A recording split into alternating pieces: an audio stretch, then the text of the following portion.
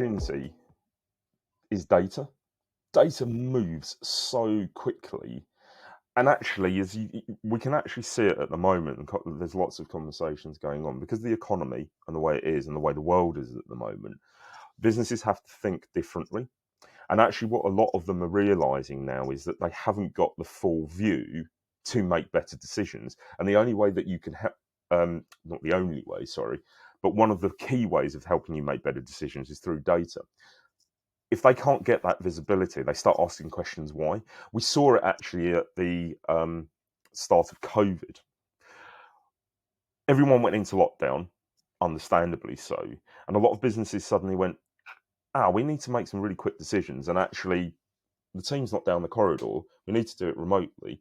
Actually, I haven't got visibility on what this is. Who owns that Excel spreadsheet? We all had that conversation, right? Who owns that Excel spreadsheet that's going to tell me that information? What do you mean no one knows where it is? If you perpetuate that to an like enterprise level and organisation, that's a real problem. And actually, I think as we're getting more data savvy, I think a lot of I think that situation accelerated a lot of people's learning, a lot of businesses learning on what data is and isn't. We're not there yet, and to be honest, I don't think we ever. I'd love to think that we'll get there, but we probably never will. But that hasn't changed, and so what's shifting in the market? That behaviour is still happening because obviously the world's changed. We've got Ukraine, we've got rising energy bills, the cost of living crisis.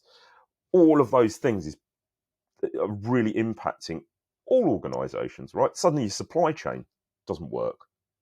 But actually saying your supply chain doesn't work and knowing where the problem lies, it's two very different things. And actually, if you've got good data, you can start figuring out where that is. But actually, otherwise you're guessing.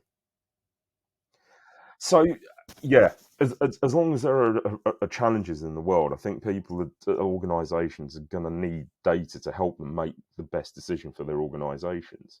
And that's all that data is underneath it all, the doing of data is very technical and it can be very complex. But actually, the reasons why we do it are really simple: to make better decisions. That's all it is. I think the definition of innovation means to me it should inspire new thinking, new changing, thinking outside the box, which is obviously a great thing for all businesses.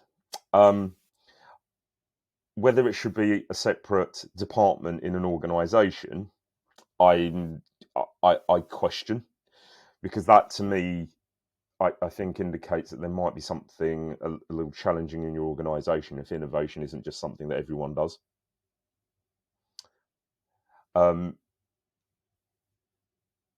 Yeah, I'm not sure. That's kind of my broad thinking. It's quite controversial because I know a lot of people don't actually believe that.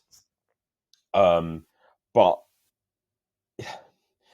there's probably swathes of hundreds of people actually that work in innovation right within an organisation that are probably listening to this or looking at this, hopefully, and then going, "What on earth is he talking about?" But I think culturally, and I look at it from Cynozure's perspective, I would never call us an innovative organisation.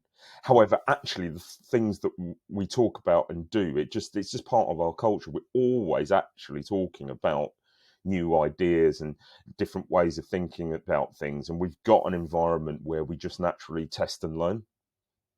We all just do it. If we've got an idea, say if we're doing something in marketing, for instance, I mean, we've got a very successful podcast series that Hub and Spoken, but at some point in the very early days, I think we've done, good grief, well over 150 don't quote me on this, I'll probably check it and go, but we've done a lot of podcasts. At some point, Jason, when he created the idea, would have gone, I'm not sure if this is going to work, but we're going to go and try it.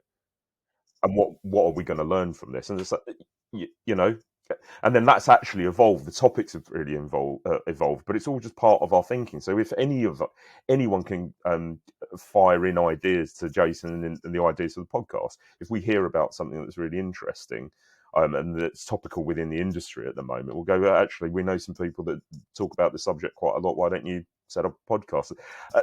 There's no I don't know. As I said, it's part of our culture just to do that. I think a lot of organisations, their innovation departments could be like tens of people in it, and I do scratch my head and go, what are they actually trying to achieve? And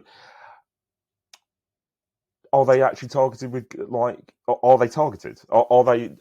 Is it actually aligned with business strategy? And I think that's important as well. Are they just left there in some kind of mad science lab to go and create stuff?